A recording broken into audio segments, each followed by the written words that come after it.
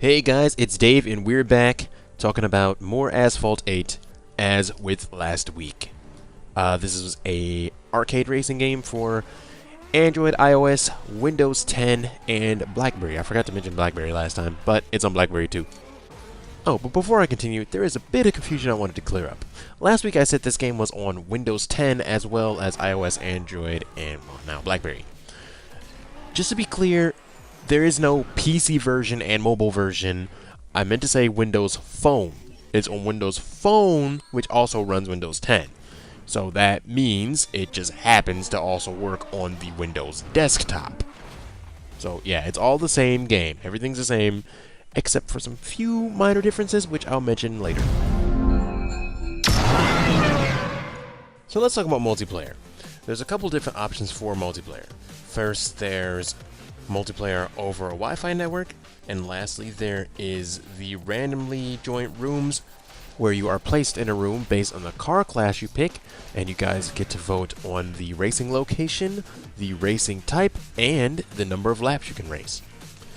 Now, I've only really been able to play on this mode because I had no one else that plays this game in my house, sad face.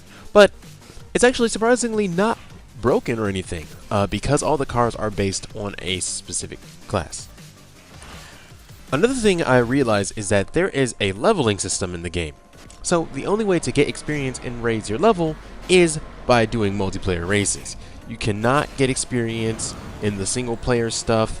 I'm not sure about the single player events, but I know the main missions for single player stuff you cannot get experience.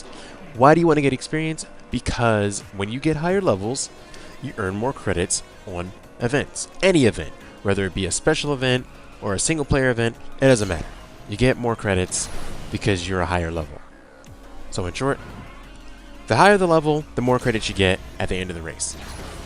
And I think that's a really great idea because it encourages you to, be more social, play multiplayer.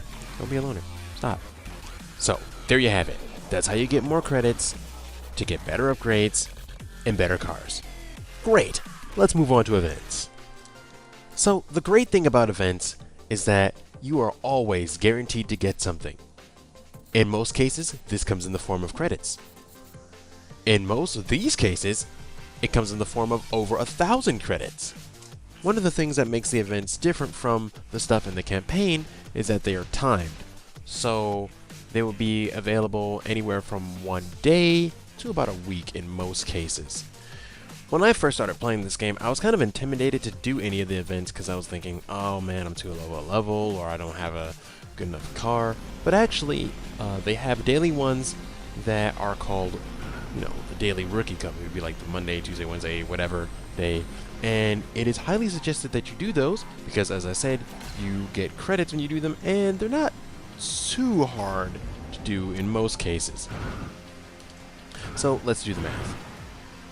Each Rookie Cup gives you just about 1,500 credits just for playing the event, no matter what place you come in. So, these happen every day. So if you do these for a week, just for doing one race a day, you get just about 10,500 credits at the end of the week. And that's just off the daily Rookie Cup events. There are, of course, other ones that you can do, such as some multiplayer events. There are, sponsored events that happen, which sometimes is great because you can get special power-ups off doing them. And you may be thinking, it's it forces me to play the game every day, it's grindy or whatever. But it's a fun game, you're probably going to play it anyway, so why not? Earlier I said that the game is the exact same game on all platforms. And that is true. However, when it comes to the events, that's not quite the case. For example, the iPhone and Android version of the game might have slightly different events than, say, Windows or BlackBerry. There was a Windows Cup on the Windows version, and on the iOS and Android version, there was a Marines thing going on. I've yet to see a Marines thing on the Windows version, and I highly doubt I'll see a Windows Cup event on the iOS and Android versions. So that's something to be aware of. Where things get a little complicated is the R&D events. These events don't come around often, but when they do, things get interesting. These events usually last about 2.5 weeks and allow the player to test drive a new car that's going to be in the game. The event basically works like this. If the player can get through all the missions within the time limit, they can keep the car. Great. Easy enough, right? Not so much. In the one I did, I got to test drive the R60. All I had to do was complete 65 challenges and I would get to keep the car. These started out pretty simple. Collect giant check marks scattered throughout the track and just, winning the race or hitting some cars or doing a barrel run. But then they got a little bit more complicated. Complete the race in first place while collecting the check marks. Complete the race in first place and getting a barrel roll on an extremely difficult track that you've never seen before in your life. Okay, so maybe you've seen it before, but I haven't seen it before, so still. Now to do these events, it required special keys. When you started, you got 3 of them.